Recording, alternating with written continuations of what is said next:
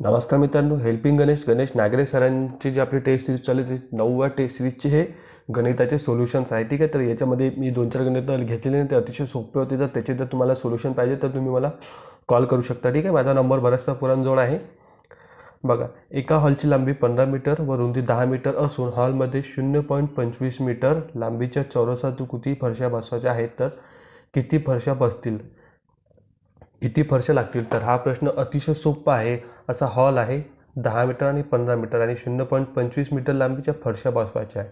तर पहिले आपण हॉलचं क्षेत्रफळ काढून घेऊ, म्हणजे 10 गुणिले 15 भागीला आता 0.25 मीटर लांबीच्या चौरसा किती फरशा बसवायच्या आहे. तर याला भागला आपण तर किती फरशा बसणार आपल्याला भेटून जाते, म्हणून 0.25ने भागायचं. तर बघा, आता 0.25 मीटर जे आहे ते फक्त लांबीची म्हणजे अशी फरशी आहे, तर हे 0.25 आहे. तर आपल्याला याचं फक्त एवढी लांबीच माहिती, आपल्याला याचं पूर्ण क्षेत्रफळ याच्या क्षेत्रफळाने याच्या क्षेत्रफळाला भागावं लागेल, म्हणजे अजून 0.25 गुणला करावं लागेल, म्हणजे खाली 0.25. तर आता याला सोडवायचं आहे. ठीक आहे, तर बघा, 10 गुणला 15 म्हणजे 150 भागीला 0.25 गुणला 0.25. ठीक आहे, तर बघा इथं 2 घरानंतर पॉईंट आहे, म्हणून तर 2 शून्य वाढवल्यावर पॉईंट कॅन्सल. 25 सकम 150 म्हणजे हे झाले 600 भागीला 0.25. अजून 2 शून्य वाढवायचे, पॉईंट कॅन्सल. 25 दोन्ही 50, परत किती होतात 10, 25 चोक 100, परत 2 शून्य म्हणजे 2400 फरशा आपल्याला लागणार आहे. ठीक आहे, सोपाच प्रश्न होता अतिशय. खालचा प्रश्न बघा तुम्ही आता. बघा, हा खालचा प्रश्न. झाडे लावण्यासाठी 1800 खड्डे खोदायचे आहेत, तर एक कामगार एका दिवसात 5 खड्डे खोदतो, तर 36 कामगार किती दिवसात हे खड्डे खोदतील. आता मी तुम्हाला याच्या पहिले सुद्धा आपण हा घेतलेला आहे भरपूर टेस्ट सीरीजमध्ये. तुम्हाला सांगला M1 D1 भागीला W1 बरोबर M2 D2 भागीला W2. तर M1 म्हणजे माणूस, D1 म्हणजे दिवस, W1 म्हणजे काम. तर बघा, झाडे लावण्यासाठी 1800 खड्डे खोदायचे आहेत, तर एक कामगार म्हणजे एक माणूस गुणेला, तर इथं काहीच नाही म्हणजे गुणेला एक माणूस एक कामगार एका दिवसात म्हणजे D1च्या जागी गुणेला 1 दिवसात 5 खड्डे खोदतो. आता W म्हणजे वर्क म्हणजे काम, तर किती खड्डे खोदतो म्हणजे काम करतो, तर 5 बरोबर. खड्डे होतो तर 36 कामगार. आता M2 दिलेला 36 किती दिवसात, तर दिवस काळाचा म्हणून गुणेला X भागेला हे खड्डे खोदतील, म्हणजे हे खड्डे म्हणजे 1800 खड्डे म्हणजे भागेला 1800. ठीक आहे, 18 दोन्ही 36 म्हणजे भागेला 100. ठीक आहे, भागेला अर्थात 50. तर हे 50 इकडे वर जाणार, म्हणजे 1 गुणिला हे 50 भागेला 5 बरोबर X. 5 10 50. ठीक आहे, तर याचं उत्तर येणार 10. सोपाच प्रश्न अतिशय हा. बघा पुढचा प्रश्न. नयनकडे सध्या 5103 रुपये आहे, दरवर्षी 10% खर्च करतो, तर नयनकडे 3 वर्षापूर्वी किती रुपये होते. समजा 3 वर्षापूर्वी 100 रुपये होते.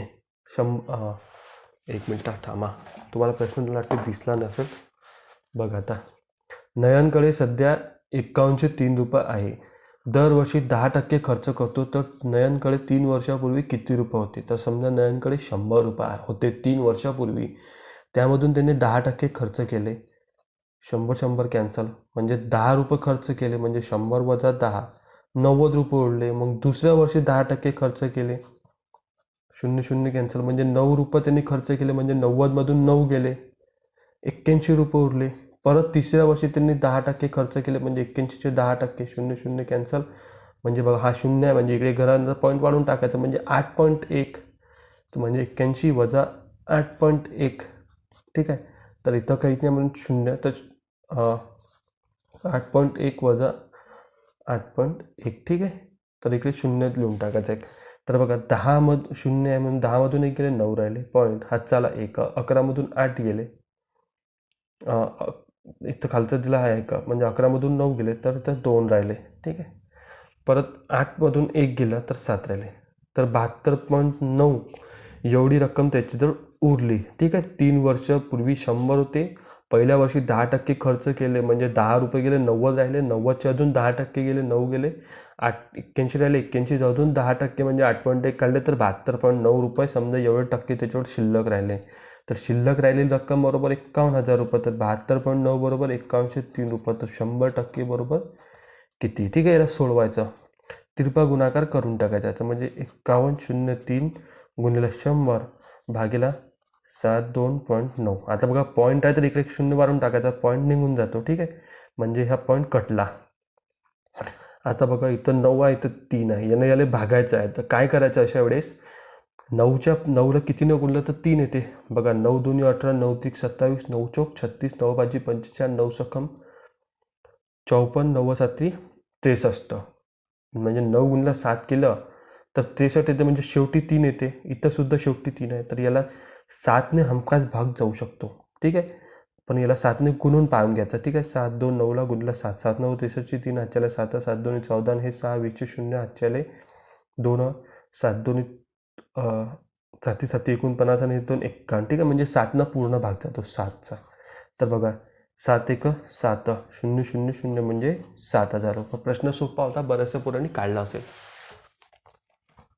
एका मुद्दलाची चक्रवाढ व्याजाने 2 वर्षात रक्कम 250 पट होते, तर व्याजाचा दर असेल. आता एका मुद्दलाची चक्रवाढ व्याजाने 2 वर्षात रक्कम 250 पट होते, तर व्याजाचा दर असेल. आता बघा समजा मुद्दल 100 रुपये असेल, 2 वर्षात 250 पट, म्हणजे 250 पट म्हणजे किती?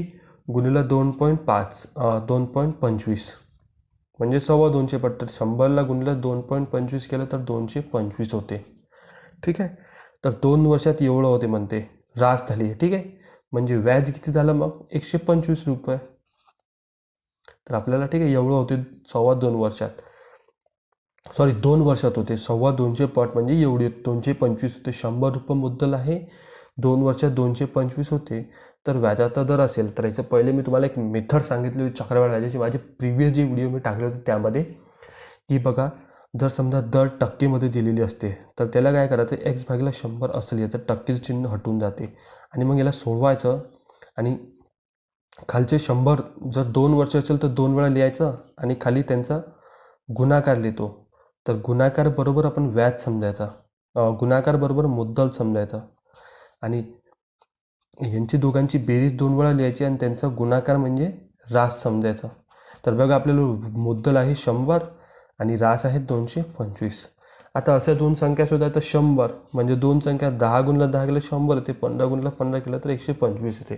तर मी तुम्हाला माझा हा जो चॅनल तुम्ही सबस्क्राईब करा, मी तुम्हाला याचं पूर्ण बेसिकपासून सांगणार आहे. चक्रवाढ व्याजाची ट्रिक, तुम्हाला कुठलंही गणित काढता येते या ट्रिकनं. याची पहिलेची व्हिडिओ बघा, जो पेपर आहे चक्रवाढ व्याजाचा प्रश्न असेल जो पेपरामध्ये, तो पेपराचा व्हिडिओ बघून घ्या तुम्ही फर्स्ट बॅचमध्ये. आता बघा 10 10, तर आपण हे कसं काय करत होतो, वरती समजा हे खालचे जे असते 10 खाली असलं तर आपण खालचे 10 2 वेळा लिहितो, आणि जे वरचे असते 10 अधिक 5 किती होतात 15, तर 15 सुद्धा 2 वेळा लिहितो, म्हणजे हे 5/10 हे झालं आपलं दर. आता त्याने टक्केमध्ये विचारलं आहे, तर याला गुणिले 100 करून टाकायचं, म्हणजे 0 0 कॅन्सल, 5 1 5 5 0 0, म्हणजे हे झालं 50%. ठीक आहे, 50 पैसे व 1 रुपयांची नाणी प्रत्येकी 3/2 या प्रमाणात घेतल्यास रुपये 140 मध्ये 50 पैशांच्या किती नाणी येतील? ठीक आहे, सोपा प्रश्न आहे, अतिशय काही कठीण नाही याच्यामध्ये. बघा 50 पैसे व 1 रुपयांची नाणी प्रत्येकी 3/2 या प्रमाणात घेतले. समजा 50 पैशाची 3 नाणी गेली तर ते झाले 1.5 रुपये, आणि 1 रुपयाची 2 तर ते झाले 2 रुपये, हे झाले टोटल 3.5 रुपये. तर आपण 140 भागिले 3.5 करायचे, वरती एक शून्य वाढवायचा, 35 7 5 35 आणि 7 2 14 0 0 540, म्हणजे हे झालं 40. ठीक आहे, तो आणि 40, तर 50 पैशाच्या नाणी किती, तर 3/5च्या प्रमाणात होते, तर 3 गुणिले 40 करायचं, म्हणजे 50 पैसे 3 0 0 3 चौक 12, तर 50 पैशाचे 120 नाणी घेणार. 1 रुपयाचं विचारलं तर 5नं गुणलं असतं आपण. ए आणि बी दोघे मिळून एक काम 14 दिवसात पूर्ण करतात, म्हणजे ए अधिक बी 14 दिवसात, म्हणजे एका दिवसाचं काम झालं 1/14. बी आणि सी तेच काम 8 दिवसात, म्हणजे बी अधिक सी 1/8 एका दिवसाचं काम. तर ए आणि सी तेच काम 7 दिवसात, म्हणजे ए अधिक सी बरोबर 1/7. ठीक आहे, करतात. तर त्यापैकी सर्वात जास्त कार्यक्षमता कोणाची आहे, म्हणजे सर्वात जास्त कार्यक्षमता. ठीक आहे, म्हणजे ज्याला सर्वात कमी दिवस लागते त्याची कार्यक्षमता सर्वात जास्त असते. तर बघा आता यांची बेरीज करायची. ए 2 वेळा आहे, 2A. बी 2 वेळा आहे, सी 2 वेळा, म्हणून 2 लिहायचं, ए अधिक बी अधिक सी. तर हे असं येते 2A. बघा मी इथं लिहून दाखवतो तुम्हाला, 2A अधिक 2B अधिक 2C. कारण बघा 2A आहे, 2B आहे, 2C आहे, म्हणून हा 2 आपण कॉमन काढतो, म्हणजे ब्रॅकेटमध्ये फक्त ABC राहते. मी डायरेक्ट लिहिलं बरोबर. आता यांची बेरीज 1/14 1/8 अधिक 1/7. बघा यांचं सर्वांचा काय काढायचं आपल्याला, लसावी काढायचा यांचा सर्वांचा. तर 14 आणि 8 आणि 7 यांचं काय काढायचं आपल्याला, लसावी काढायचा यांचा. तर बघा 7 दोन्ही 14 होतात, म्हणजे फक्त 14 तर 8चा लसावी काढायचा आपल्याला. तर 8 7 56 आणि 14 चौक 56, म्हणजे भागीला 56 लिहायचे वर. 14 4 अधिक 7 अधिक 8. बघा 7 आणि 4 11, 11 आणि 8 19. तर ए अधिक बी अधिक सी बरोबर 19/56. आणि हे जे 2 आहे हे भागीला इकडे गुणिला, म्हणून इकडे भागीला म्हणजे गुणिला 2. तर 2 2 6 उरला एक, 5 म्हणजे 112. तर 19/112 दिवसात हे तिघे मिळून काम करणार. तर आपल्याला सर्वात जास्त कार्यक्षमता कोणाची आहे, तर आपल्याला एकेकाचं काम काढायचं. तर आपण ए अधिक बीचं याच्यामधून वजा केलं तर आपल्याला सीचं काम भेटते. म्हणजे सीचं काम बरोबर 19/112 वजा 1/14. तर आता बघा 14ला कितीनं गुणलं म्हणजे 112 येते. तर 14 गुणिला 6, 6 चौक 24, 4 4 4 2 8 4 3 12 4. तर 4 8 32. ठीक आहे, याला 8 न गुणलं म्हणजे 112 येते, म्हणजे वरती सुद्धा 8 न गुणावं लागेल. तर बघा काय ते 19 वजा 8 केले म्हणजे 11. ठीक आहे, खाल्लं 112. तर याचं उलटं करायचं. तर कारण की हे एका दिवसाचं काम आहे, तर 112/11 हे झालं सीचं काम. त्यानंतर बीचं जर काम काढायचं आपल्याला, तर 19 झालं 112 वजा. आता बीचं काम काढायचं म्हणजे ए अधिक सीचं मायनस करावं लागेल याच्यातून. तर ए आणि सीचं मायनस करावं लागेल याच्यातून. तर भागीला 7 आहे. 14ला आपण 8 न गुणलं तर 7 त्याच्यापेक्षा अर्धे आहे, तर याला डुब्बल न गुणावं लागेल, म्हणजे याला गुणीला 16 करावं लागेल. तर वरती सुद्धा 16 ना. तर खाली येतात 112, वरती 19 वजा हे 16. तर 19मधून 16 गेलं 3 राहतात, म्हणजे बीचं काम 112/3. त्यानंतर आपल्याला तसंच एचं काढायचं. तर एचं काढायचं तर 19/56, कारण की तिघे मिळून एवढ्या दिवसात करतात वजा. आता एचं काढायचं, बी अधिक सीचं वजा करून टाकायचं. तर आता बघा इथं आपण 8 न 14ला गुणलं तर 112 आले, म्हणजे याला 14 न गुणावं लागेल, वर सुद्धा 14 ना. तर खाली 112 येणार आणि वर 19 वजा 8. तर 19 वजा आपल्याला 14 करावं लागेल. ठीक आहे, कारण की आपण 14 न गुणलं. तर 19 वजा 14 केलं तर 5 राहतात, म्हणजे 112/5. तर सर्वात कमी जो दिवस घेतो काम करायसाठी, सी एवढं दिवस घेतो, बी एवढं दिवस घेतो, ए एवढं दिवस घेतो, सर्वात कमी जो काम करण्यासाठी दिवस घेतो त्याची कार्यक्षमता चांगली असते. बघा वर 112 112 112 आहे. तर अपूर्णांकांमध्ये जर यांचा आपल्याला कमी दिवस कोणाचं काढायचं असलं, तर अपूर्णांकांचा जर वरचा जो असतो अंश समान असेल, तर ज्याचा छेद मोठा असतो तो अपूर्णांक सर्वात लहान असतो. म्हणजे याचा छेद 11 आहे तर 3 आहे 5 आहे, तर हा अपूर्णांक लहान आहे, म्हणजे सीला कमी दिवस लागतात, म्हणून याचं उत्तर सी आहे. ठीक आहे, सीची कार्यक्षमता सर्वात जास्त आहे.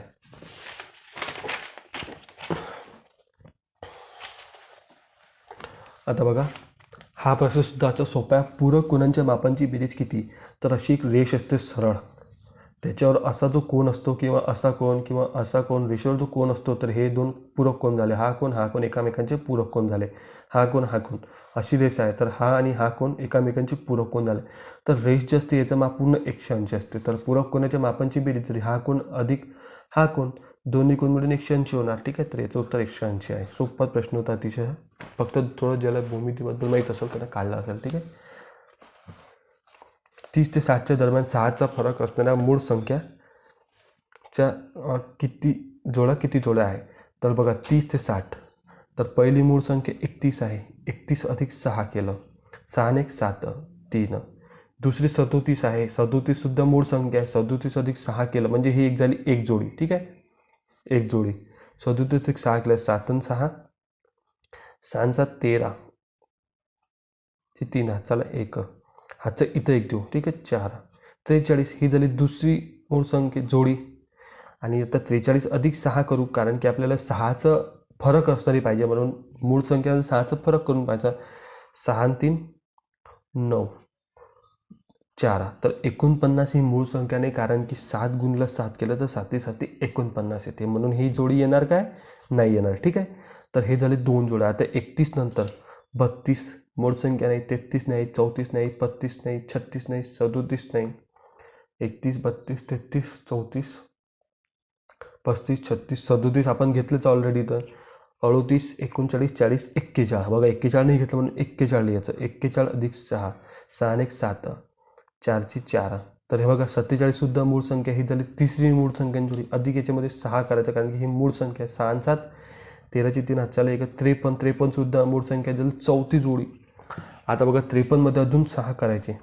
6 आणि 3 9 6 आणि 3 9 5ची 5 59. तर ही सुद्धा मूळ संख्या दिली पाचवी जोडी. अजून याच्या व्यतिरिक्त जसं मी काढलं तसं काढायचं. तर अशा 5 जोड्या आहे. ठीक, किती जोड्या, अशा 5 जोड्या. बघा 1 2 3 4 5.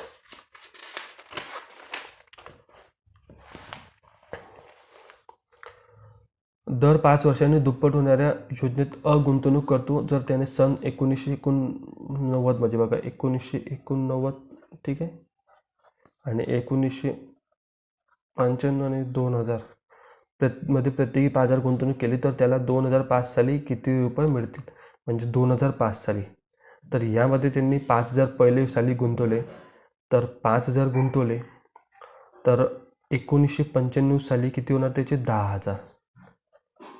ठीक आहे, 5,000 ते 1995 साली 10,000 होणार, कारण की 5,000 दुप्पट होते म्हणते. बघा काय म्हटलं त्यांनी, दुप्पट होणाऱ्या योजनेत दुप्पट होतात 5 वर्षांनी, म्हणजे अजून 2,000 मध्ये 10,000चे 30,000 होणार, आणि 2005 मध्ये होणार किती, सॉरी हे 20,000 होणार. ठीक आहे, 10चे दुप्पट आणि 40,000 होणार. तर हे झाले 1990 मध्ये त्याचे 40,000 रुपये.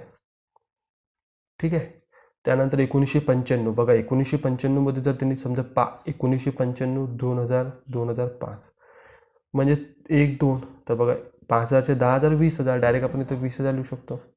2000 नंतर 2005 म्हणजे 5चे 10,000 होणार.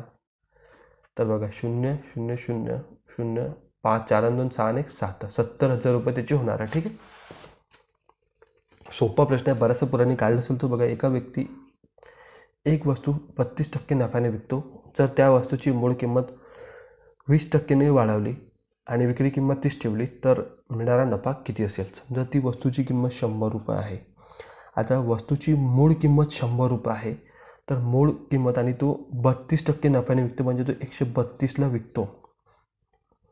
तर त्याने काय म्हटलं, हे झालं मूळ किंमत. तर वस्तूची मूळ किंमत 20% वाढवली म्हणजे 100ची 20% वाढवली म्हणजे 120 झाली, आणि विक्री किंमत 30 ठेवली म्हणजे विक्री किंमत हीच ठेवली. तर विक्री किंमत हीच ठेवली तर मिळणारा नफा किती असेल, किती मिळतो. तर बघा 132 म्हणजे त्याला 12 रुपये नफा मिळतो. ठीक आहे, तर याला टक्केमध्ये काढायचं आहे. तर 120चे 12 हे किती टक्के आहे, तर 12 गुणिले 100 भागिले 120. 12 10 120 0 0 कॅन्सल म्हणजे 10% नफा. ठीक आहे, खालीलपैकी कोणत्या संख्येस 4ने भाग जात नाही. आता मी ऑप्शन यासाठी लिहिले आहे इथं या ठिकाणी, खालीलपैकी कोणत्या संख्येत 4ने भाग जात नाही. तर 4ची कसोटी बघा, जर शेवटच्या 2 अंकांना जर 4ने भाग केला तर पूर्ण संख्येला 4ने भाग जातो. 12ला भाग जातो, 16ला भाग जातो, पण 38ला भाग जातो नाही. 76ला देऊन पाहायचं, 7 1 7 किती उरतात 3, 4 9 36, 78ला जातं, पण 38ला भाग जात का, 4च्या भागात 38 येतच नाही. 4 9 36 4 10 40 म्हणून ह्या संख्येला 4ने भाग जात नाही. ऑप्शन क्रमांक 4. ठीक आहे, 16 व 4 यांच्या अंकांची भूमितीय मध्य काढा. आता भूमितीय मध्य जर काढायचं असेल तर दिलेल्या संख्यांची दोन्ही संख्यांची गुणाकार करायचा आणि त्याचं वर्गमूळ काढायचं. ठीक आहे, म्हणजे 16 चौक 64 म्हणजे किती आहे ना 8. ठीक आहे, तर भूमितीय मध्य म्हणजे 8 आहे ना. अतिशय सोपा प्रश्न होता आता. बघा मी जे काही प्रश्न सोडले आहेत ते अतिशय सोपे होते, तर मला तुम्ही या नंबरवर फोन करून किंवा गणेश नागरे सरांवर माझा नंबर घेऊन विचारू शकता. ठीक आहे, खालील अंकगणित श्रेणीतील 10वे पद कोणते. आता बघा इथं 7 2 7 म्हणजे 5चा फरक आहे. 7 12 म्हणजे 5चा फरक आहे, म्हणजे अधिक 5 अधिक 5 अधिक 5 असं वाढत वाढत जाणार. बघा पहिला पद, दुसरं पद, तिसरं पद. तर 1 2 म्हणजे इथं इथं समजा 10वे पद कोणते, तर इथं इकडं 5 येणार, इथं इकडं, तर असं 9 वेळा येणार. 2 वेळा ऑलरेडी आधी म्हणजे 9 वजा 2 म्हणजे 7, तर 7 गुणिले 5 करायचं, 7 5 35, 35 अधिक हे 12 म्हणजे झालं 47. तर 10वं पद येणार 47. तसं तुम्ही असं लिहून सुद्धा करू शकता, होऊन जाते. ठीक आहे. 10वं पद येणार 47. तर याच्या व्यतिरिक्त अजून कुठले प्रश्न पाहिजे तर तुम्ही सांगू शकता. ठीक आहे. तसा पेपर हा सोपा होता.